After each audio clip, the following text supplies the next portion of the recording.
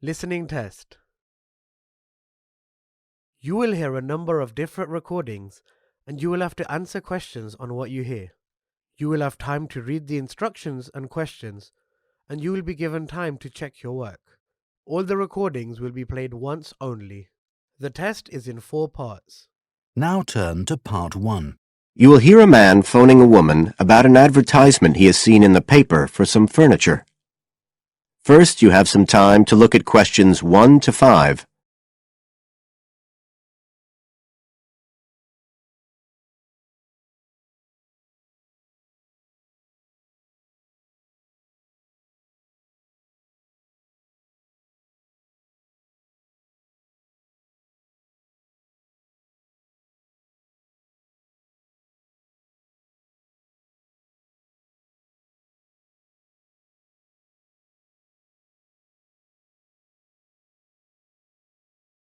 Listen carefully and answer questions 1 to 5.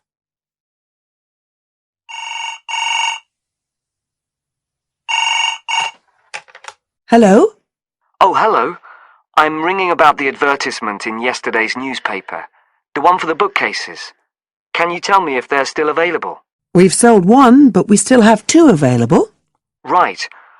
Can you tell me a bit about them? Sure.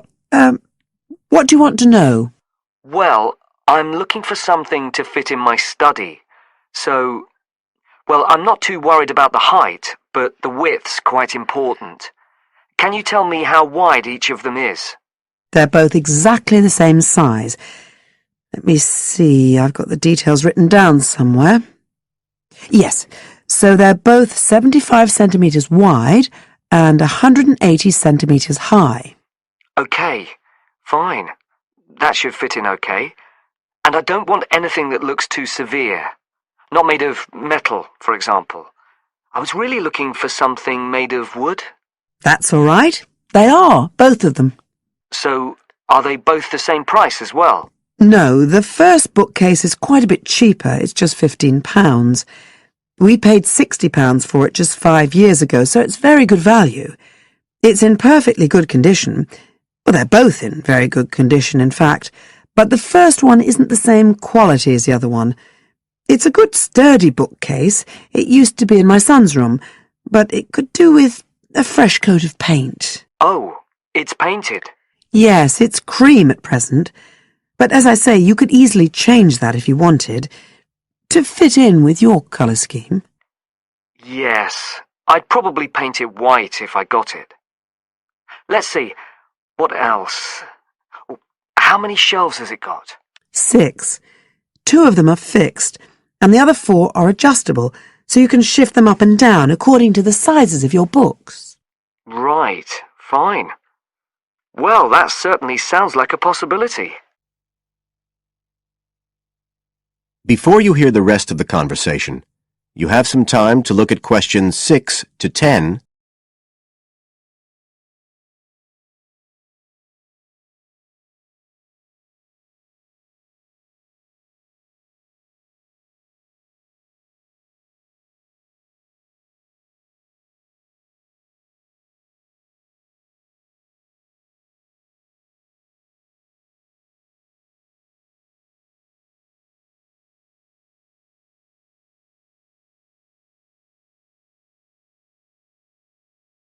Now listen and answer questions 6 to 10. But the second one's a lovely bookcase too. That's not painted, it's just the natural wood colour, dark brown. It was my grandmother's, and I think she bought it sometime in the 1930s, so I'd say it must be getting on for 80 years old, so it's very good quality. They don't make them like that nowadays.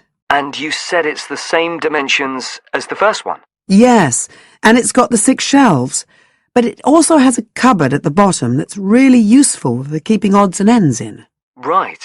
Oh, and I nearly forgot to say, the other thing about it is it's got glass doors, so the books are all kept out of the dust. So it's really good value for the money. I'm really sorry to be selling it, but we just don't have the room for it. So what are you asking for that one? £95. It's quite a bit more, But it's a lovely piece of furniture. A real heirloom. Yes. All the same, it's a lot more than I wanted to pay. I didn't really want to go above 30 or 40. Anyway, the first one sounds fine for what I need. Just as you like. So, is it all right if I come round and have a look this evening? Then, if it's okay, I can take it away with me. Of course. So you'll be coming by car, will you? I've got a friend with a van, so I'll get him to bring me round. If you can just give me the details of where you live. Sure. I'm Mrs. Blake. Blake. That's right. And the address is 41 Oak Rise. That's in Stanton. Okay, so I'll be coming from the town centre. Can you give me an idea of where you are? Yes.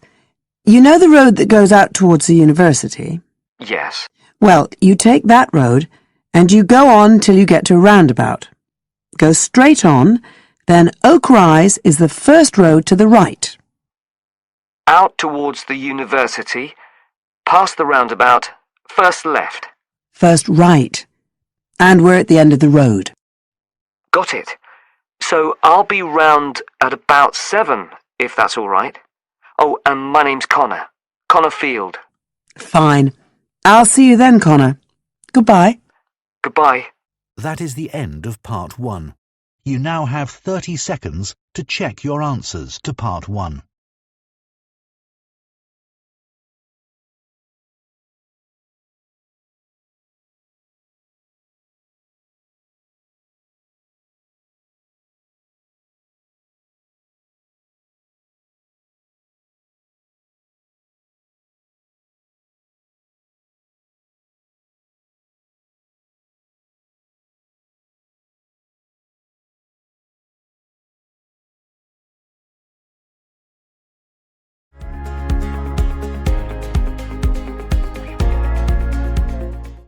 Part 2. You will hear a talk on New Zealand radio about an art sale which is being held to raise money for charity. First, you have some time to look at questions 11 to 13.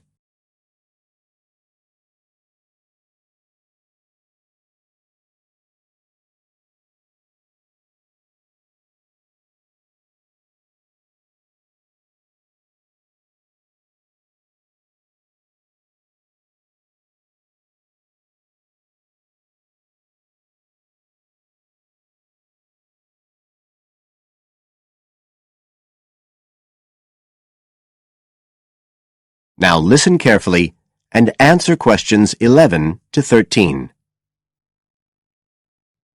One of the most anticipated art events in Christchurch is the charity art sale organised this year by Neil Curtis. Neil, tell us all about it.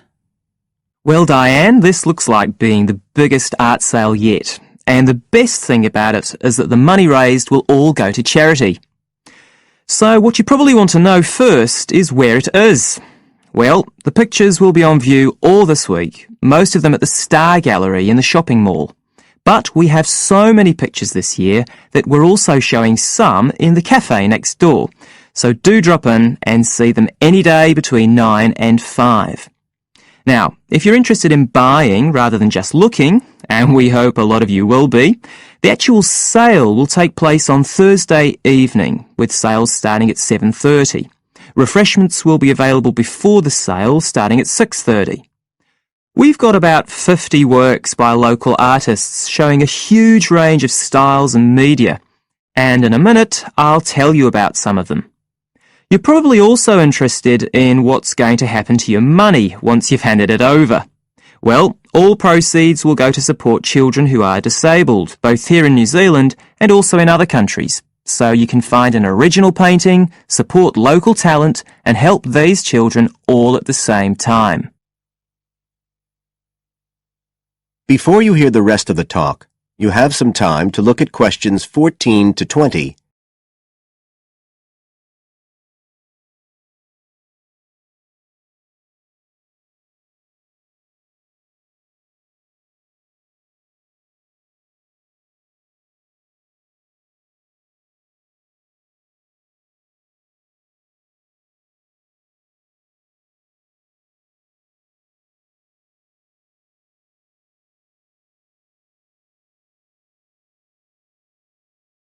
Now listen and answer questions 14 to 20. Now, let me tell you a bit about some of the artists who have kindly agreed to donate their pictures to the charity art sale. One of them is Don Studley, who has a special interest in the art sale because his 5-year-old daughter was born with a serious back problem.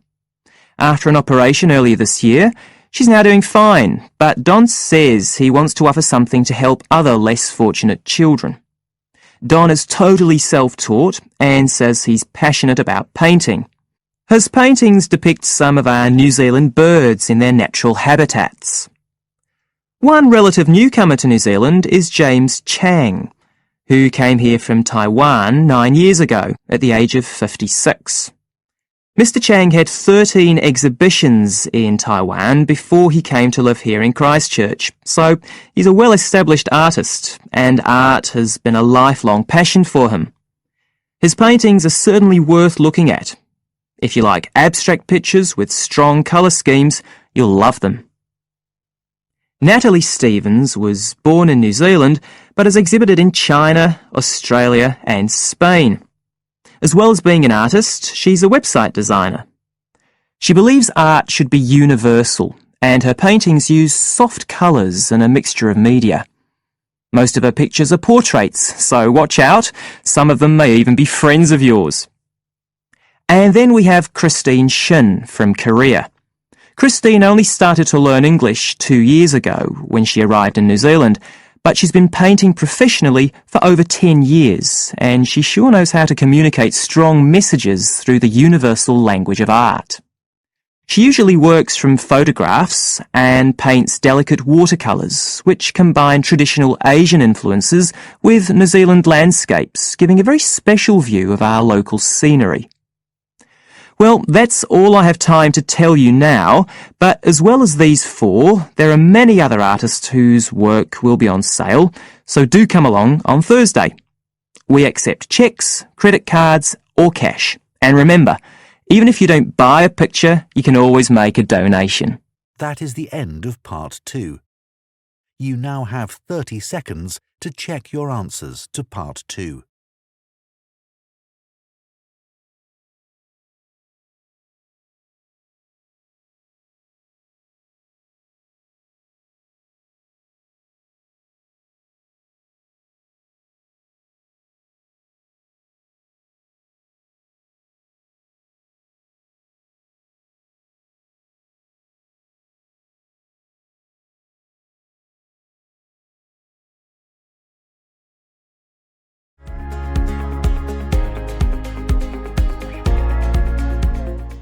Part 3.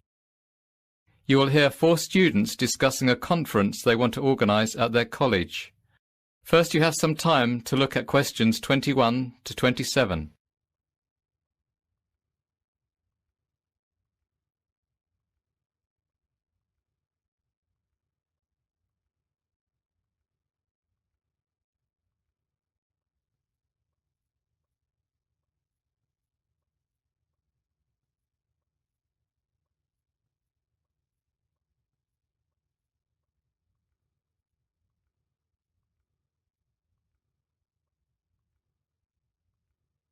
Now listen carefully and answer questions 21 to 27.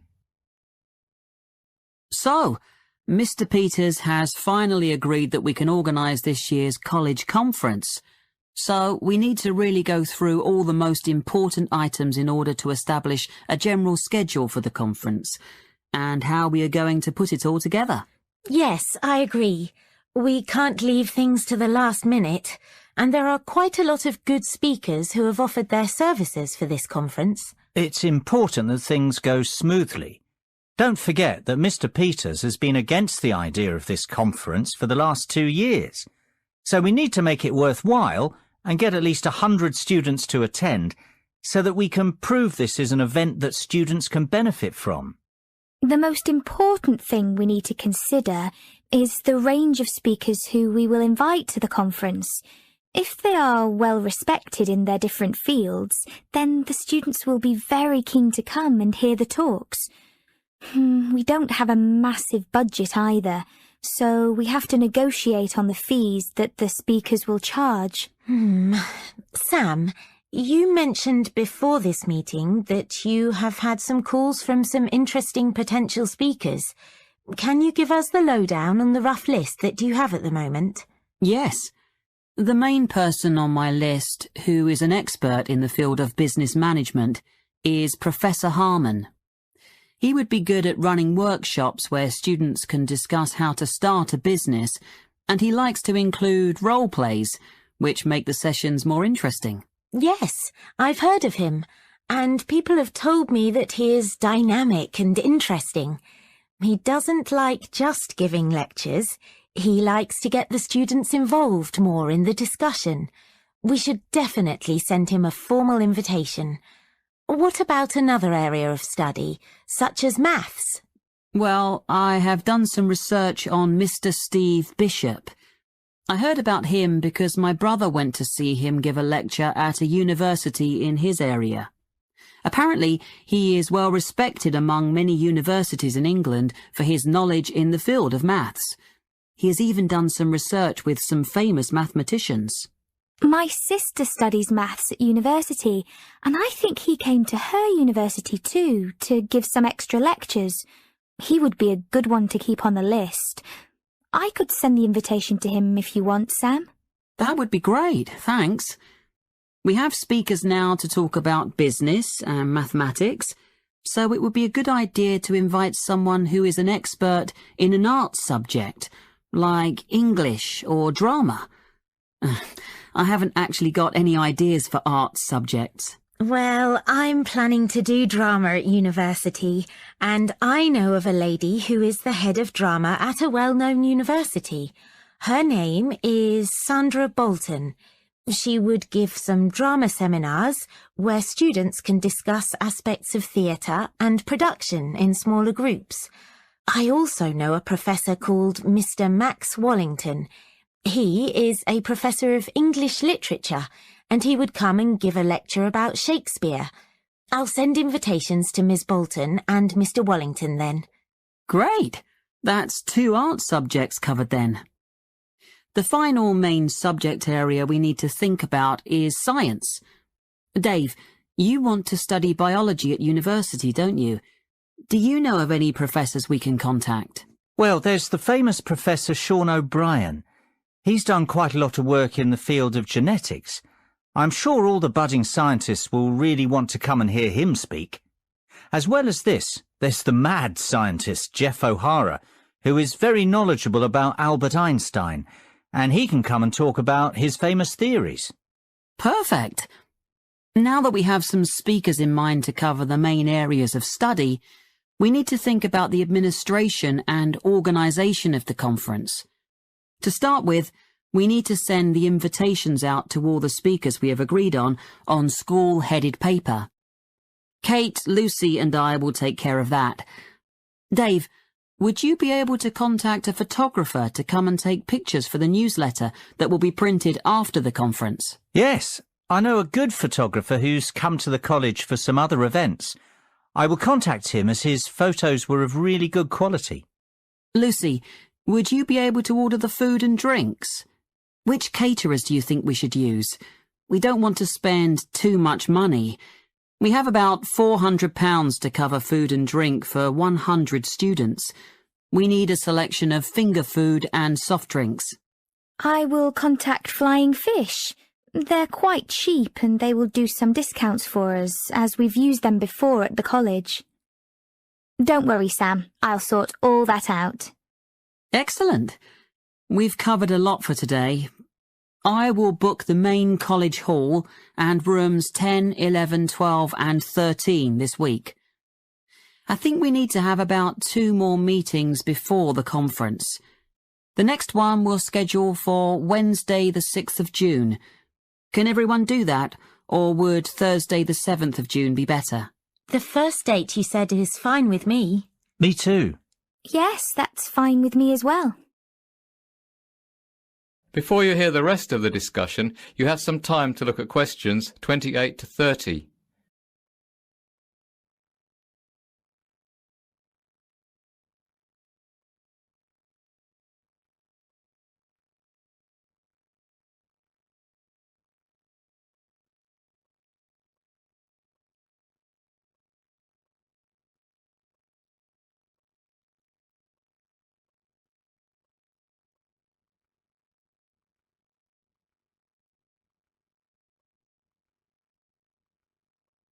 Now listen and answer questions 28 to 30. Last thing to mention before we finish up for today is some things that Mr. Peters, our lovely headmaster, has said. As we said at the beginning, he hasn't been so enthusiastic about this conference, and he has given us some rules we have to stick to during the conference. I've made a photocopy of them for everyone. I think we should just go through them now to get them out of the way. Good idea. Well, the first thing Mr. Peters said is that we have to make a record of all the students who attend the conference, as he wants those figures after the event to check that the money he gave us to organise it was worth it. He also wants to know which subject each of the students who attended is going to study at university, to show that we have provided suitable speakers at the conference. He said that he doesn't mind how many speakers we invite, as long as the lectures are well attended. The last requirement was that we help organise the travel arrangements for the speakers. We can discuss the details of this in the next meeting. That all sounds fairly easy to manage. Did Mr. Peters not say anything about tidying up the hall and the rooms after? I would have thought that he would have said something about that. That wasn't something on the list. I could check with him, but the cleaners who clean the college on a regular basis might tidy everything up. They would just have to be paid a bit more. I don't think the conference will produce too much mess anyway. It would be good to get some help with all that anyway. Yes. So, that's everything then. Let's go for lunch now. I'm starving. We can speak about the next lot of things at the next meeting. That is the end of part 3. You now have 30 seconds to check your answers to part 3.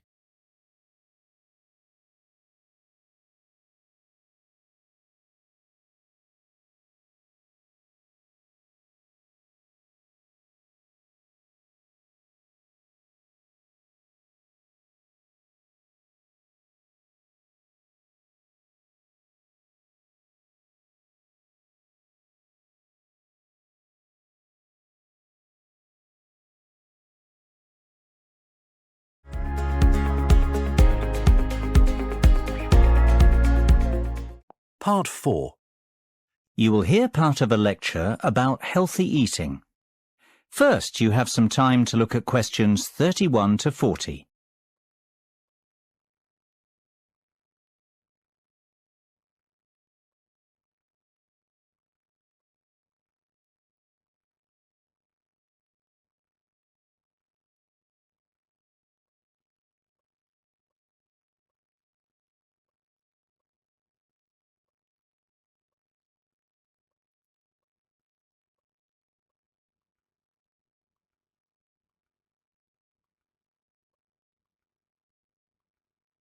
Now listen carefully and answer questions 31 to 40. I'd like to introduce our speaker today, who has come all the way from Manchester. Dr. Paul Harold, the head of research in nutrition at Manchester University. He is going to talk to us about ways we can improve our lifestyle and fitness. This will include watching what we eat and being more careful about our calorie intake, as well as taking regular exercise. This is an important current issue, as many people eat too much junk food, and the nation as a whole is fatter than it was 100 years ago.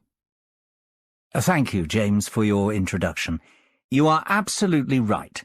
Statistics show that the nation is heavier than it used to be, and this is due to the long hours that we work and the lack of time we have to prepare healthy meals that are low in fat and sugar. There are some simple steps everyone can take to help improve their general health. Maybe lose some weight first. In the long run, it could lower your cholesterol and blood pressure. The first thing to do in order to check that your weight is healthy is to work out your body mass index, or BMI. This is a tool that can help you find out if you are a healthy weight for your height. Obviously, the height of a person will affect what weight they should be. To work out your BMI, you should take your weight in kilograms and divide it by your height in meters. Then you divide the result by your height in meters again. The results you come up with can be checked on a chart to see if your BMI is too high, too low, or about right. Even if your BMI is about where it should be, it is still important to eat a healthy and well-balanced diet.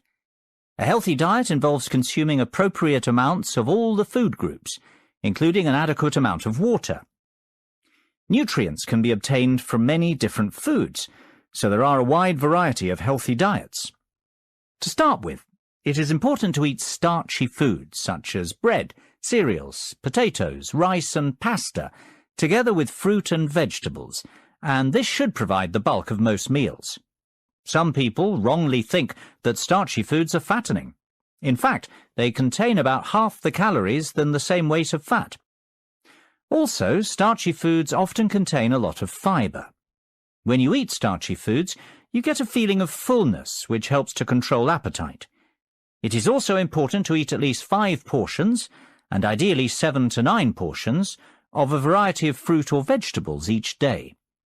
If you eat a lot of fruit and vegetables, then your chance of developing heart disease, a stroke, or bowel cancer are reduced. You also need a certain amount of protein to keep healthy. However, most people eat more protein than is necessary.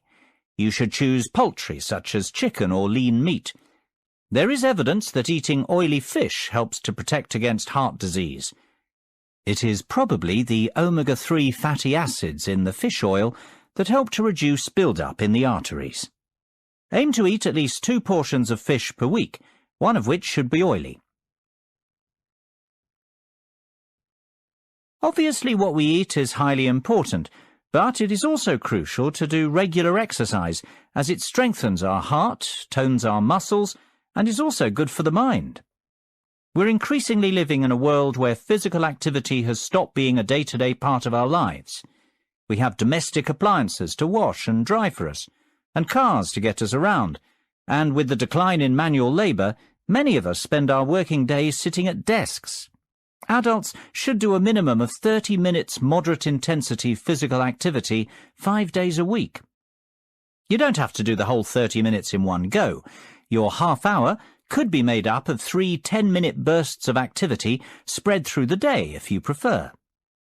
The activity can be a lifestyle activity, such as walking to the shops, or taking the dog out, or structured exercise, or sport, or a combination of these. But it does need to be of at least moderate intensity. For bone health, activities that produce high physical stresses on the bones are necessary. Well, I hope you've learned some interesting facts from this talk, and that it will help you to change your lifestyles for the better. Thank you for your attention. And I believe that James has some handouts to give you on this subject. James.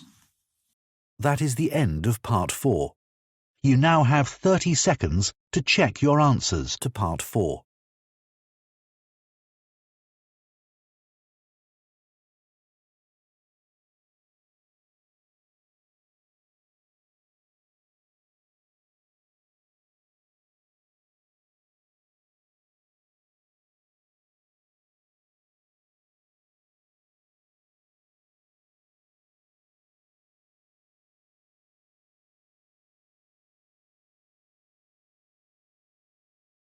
That is the end of the listening test.